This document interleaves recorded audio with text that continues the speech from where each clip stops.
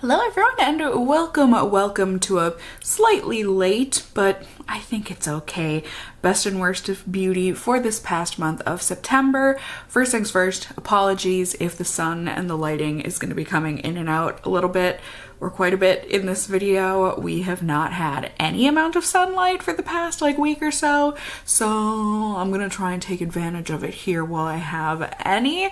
I just hope that doesn't bother you too much. But then yeah, second off, I was actually surprised I was able to put together a 10 product pyramid.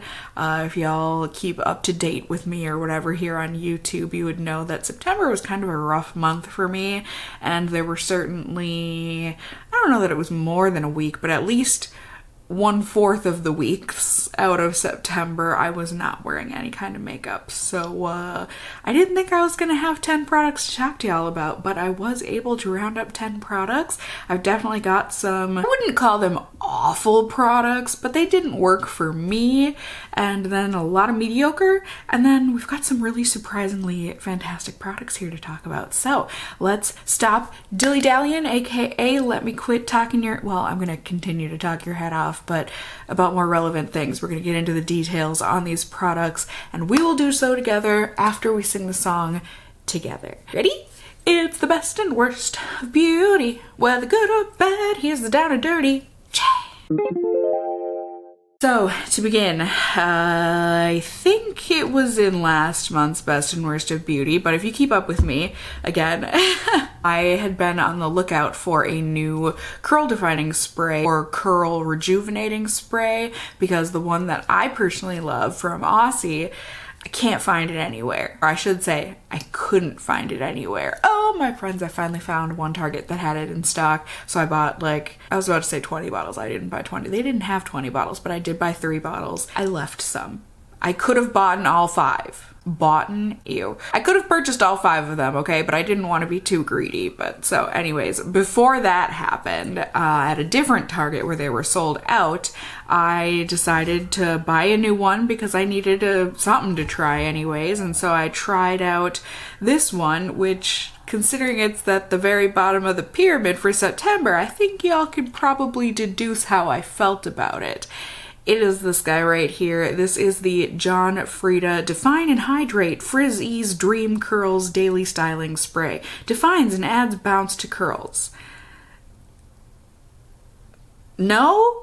That's a big no from me. I don't know why. I don't think I've ever really used John Frieda, but something makes me feel like this is a fancy brand. It's not. I mean, this bottle was made somewhere between $5 and $10, but something about it, I'm like, ooh, fancy, let me try it out. Like I said, it didn't do anything bad to my hair. It didn't weigh my hair down or make it feel greasy or anything, but it also didn't define or bring out my curls in the slightest. It kind of made them limp and sad, and that's not what I'm looking for in a curl spray. So this was a big old nope from me, and an ultra big nope from my curls. Now, moving on here, second product on the bottom of my pyramid here is a product that, honestly, truth be told, it didn't work horrifically or anything. I just felt betrayed by this stuff. This is the CoverGirl True Blend Minerals Loose Mineral Powder in the shade 50. Translucent. I have to put that in quotes because this is not translucent. Now granted, it doesn't give you a ton of color or anything to the skin, but it certainly is not translucent. And the thing that bothers me the most, can you see how it adds kind of that chalky color to my skin? But yeah, the thing that I hated the most, aside from this really crappy puff that it comes with, I mean, it just looks so scraggly and sad, is the fact that this has so much micro shimmer to it.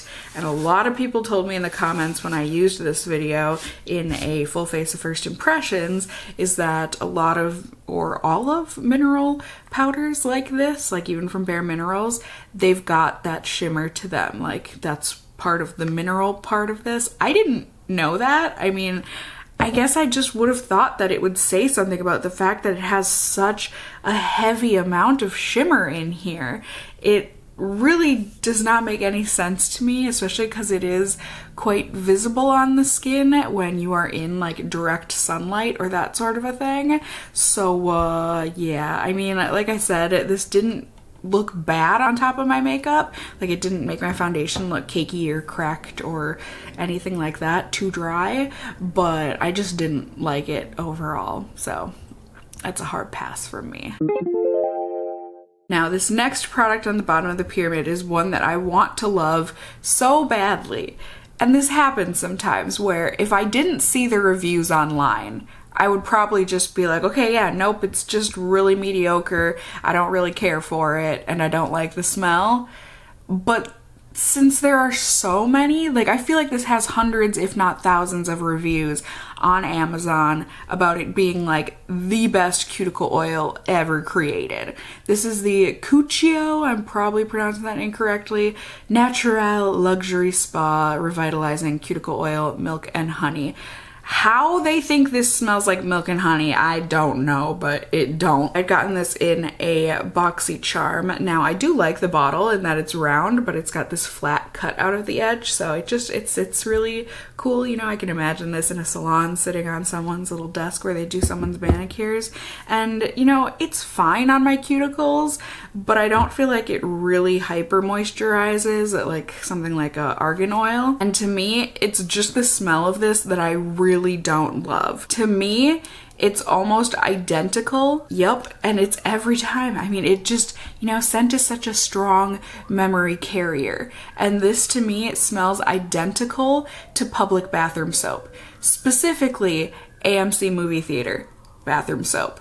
Do you all know the smell that I'm talking about? Like, and it must be, they must use it more than just in the soap. Like, I feel like they use it as a cleaning agent in general, the AMCs, but it smells identical. Like, when you walk into one of those bathrooms at a movie theater, at an AMC, it's overpowering. It smells like this. That's exactly what it smells like. And I don't like being reminded of public bathrooms ever. But especially not when I'm doing like my nighttime self-care routine, whatever you're gonna want to call it, you know? And it's quite potent, very strong, but you know, I think mixed with my hand cream, the smell kind of goes away and it's bearable, tolerable, I guess. But yeah, I would never purchase this, and I hate it that it has so many fantastic reviews because I feel like I should love it more than I do, but I just think it's really mediocre. It's really average. Last thing on the bottom of the pyramid here is one that I'm sad about because I'm not loyal to this brand at all. It's just, I grew up using this brand and so I always have like fond memories of it, when in reality I just use a couple of their products and that's it. But Estee Lauder, I just enjoy their foundations for the most part. And so I wanted to try out this concealer. This is the Double Wear Instant Fix Concealer. It's got a Hydra Prep and then a 24-hour concealer on the other side. I personally don't find this prep side to be helpful. It's just supposed to be a primer, but I haven't found that it helps. It doesn't hurt, but it doesn't really help my makeup stay on any longer. And then the actual concealer, I mean, if you're looking for a more like light coverage concealer, maybe check this out, like a more watery, lighter coverage. But if you like a heavy duty concealer like I do, like when I use a concealer, I want it to completely cover a blemish. This does not. So it really is just personal taste. I mean, it's nice that it doesn't look cakey, and it lasts for quite a while, but I wouldn't say 24 hours.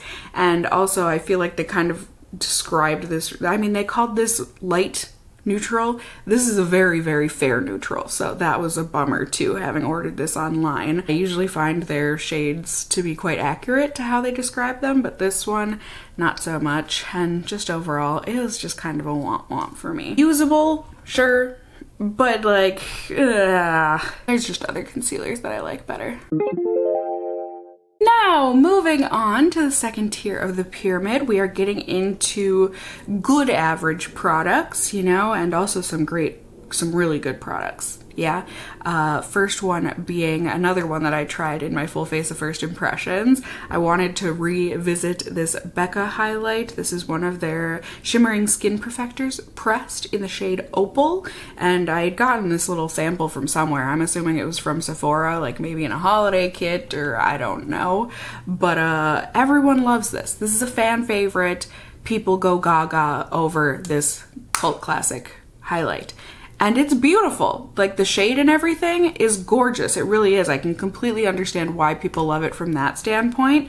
But I used to not care for it as much because, for whatever reason, these Becca highlights just don't last well on me. It's not that they are completely gone at the end of the day, but they certainly aren't as full power as they were when I first put it on. And for the price of a Becca highlight, I just personally, I don't get it. But I figured, you know, I want to give it another chance now that I have this little sample here. So I did, and I think my feelings have changed a little bit, but not a lot. It still is not long lasting on me. Granted, it does last to the end of the day, but it's significantly faded comparatively to when I first applied it. That being said, when I first apply it, oh, is it gorgeous. It really is one of those highlights that just melts onto your skin and becomes one with your skin. Well, for the time being. It definitely becomes none with your skin by the end of the day, at least on my skin. But I do think it's gorgeous. I love the color. It applies beautifully. It really just comes down to the lasting power and then the price. Like, there are just so many good drugstore highlights out there, or highlighters at the same or similar price range as one of these, that just perform way, way better. And now, a product that I want to love so much. I mean, by saying I want to love it so much more than I do makes it sound like I dislike it. I do like this product, but I didn't want to like this product. I wanted to adore this product. You know what I mean? But yes, we have got the Urban Decay Stoned Vibes palette. I mean, look at this thing, my friends. It is just so pretty in the gaudiest of ways. Like, I love that texture on there. I think it is so, so pretty. And then the actual palette itself is really, really pretty. You know, we've got our 4 mattes in the outer corners. I actually think this purple might be kind of like a satin, but then the 8 shades in the middle portion are these really cool stoned eyeshadows or whatever, where it's just like a mix of a couple different colors or a few different colors, and they all mix together once you put them on your lids. And they do apply best with your finger, you know, rubbing your finger in there and then dabbing them on. And for the most part, that's no problem. I guess there's only one shade in here that I haven't tried, and it's the blue shade. But the rest of them are so gorgeous. They really are. They're very multi-dimensional on the eyes. Like, it's one of those things where you rub it and you go to tap it on and you're like, it's just gonna be pretty one-note metallic. But like, in the light, it looks like I used a good 2 to 3 different colors on my lids.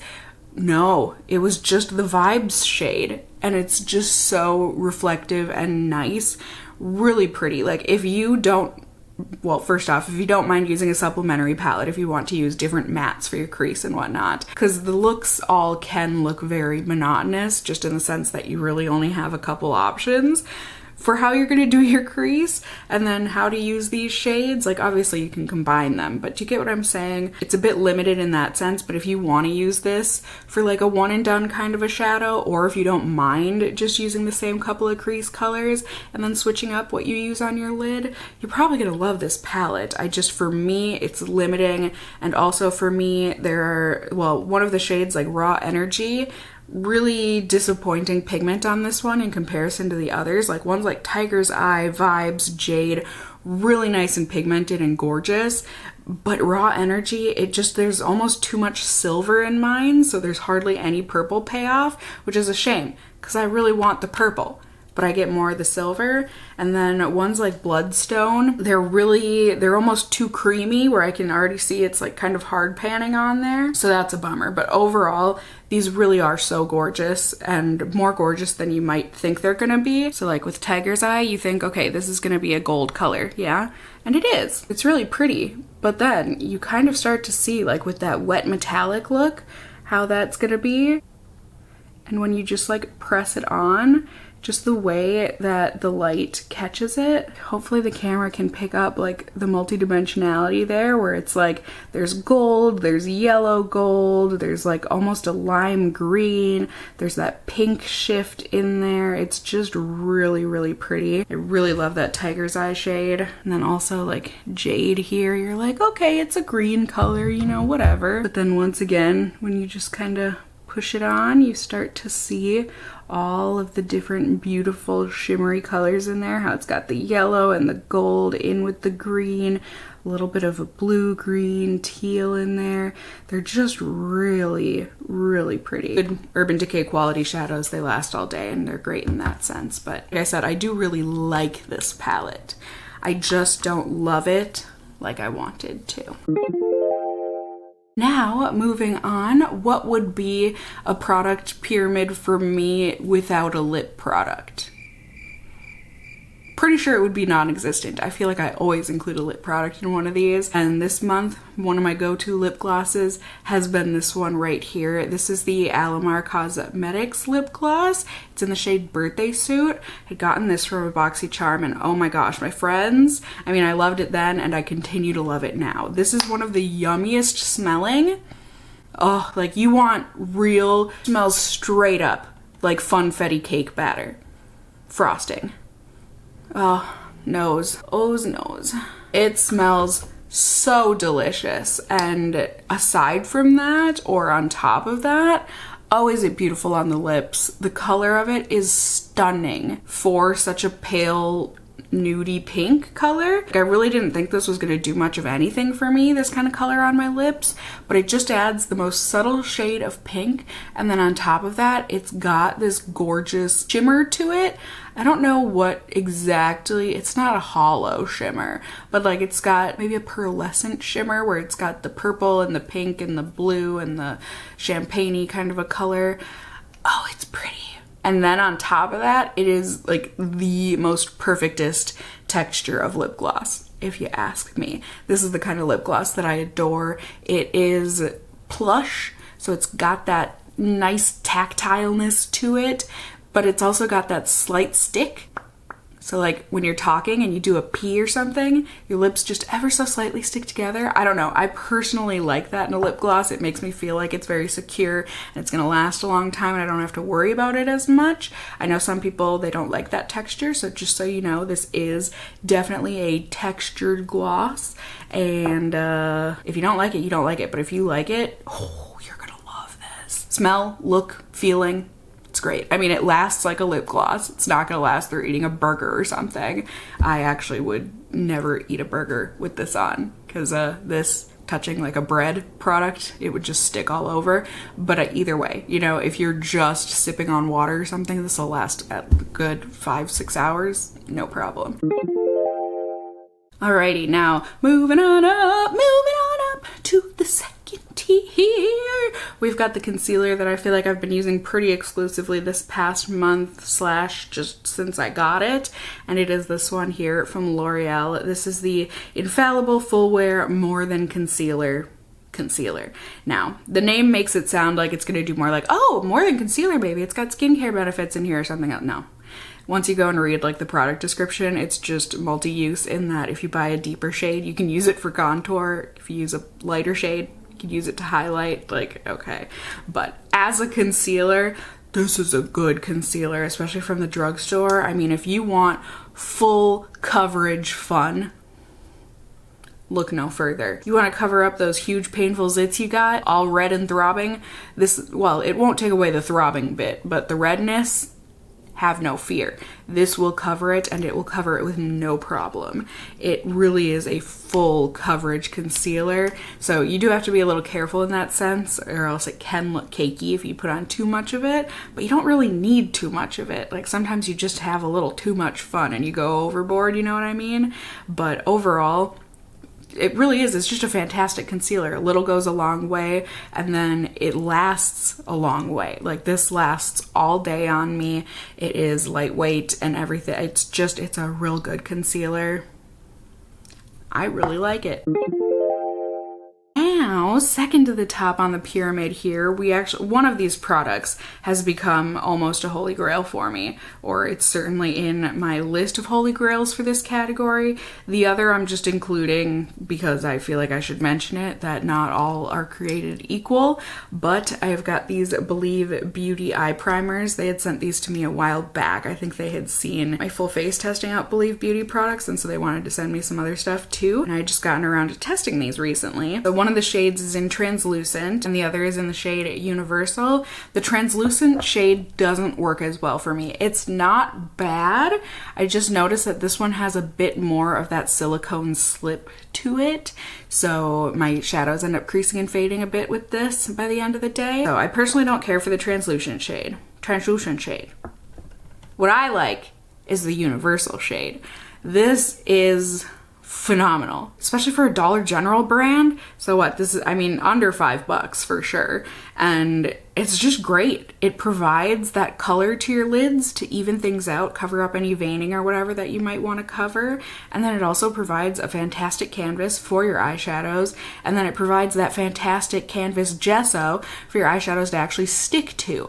This makes it so that my eyeshadows do not crease, do not fade. If they do, it is very minimal, hardly noticeable, and just overall, I mean, for such a cheap eyeshadow primer, I mean, all the primers that I use I feel like are at least $10-15, you know, so to be able to find one for under $5, like, that's phenomenal. This has that little bit of tack to it where I feel like my eyeshadows are really gonna stick to it, and then it delivers on that feeling in that at the end of the night, your eyeshadow is gonna look just as good as when you just applied it. At least on me, that has been the experience that I have had, and I've tried this with multiple different eyeshadow brands, you know, ColourPop, Ciaté, Urban Decay, and whatever else I've been using this past month, and it just has been a darn treat. I really would highly recommend giving that one a try if you're looking for a drugstore eyeshadow primer and you have oily lids like me.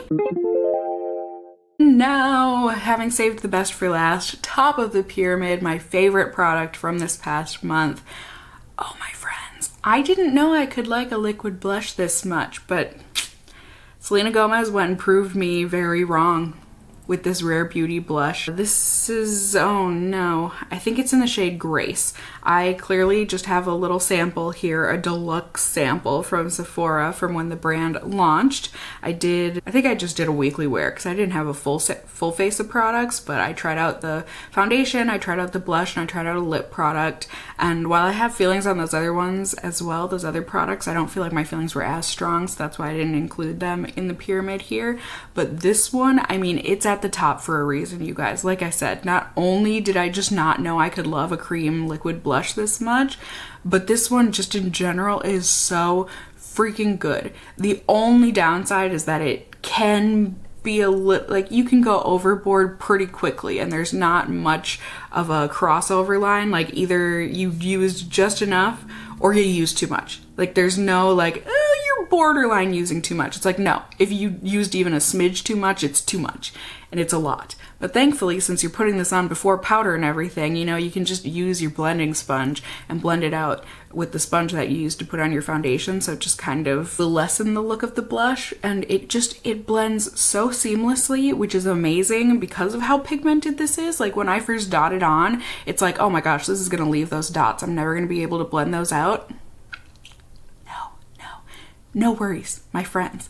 This just, it blends seamlessly. It gives such a gorgeous, soft flush to the cheeks. It makes you look real healthy, like you just went out for a brisk walk or jog or something in the crisp fall air. And it's beautiful.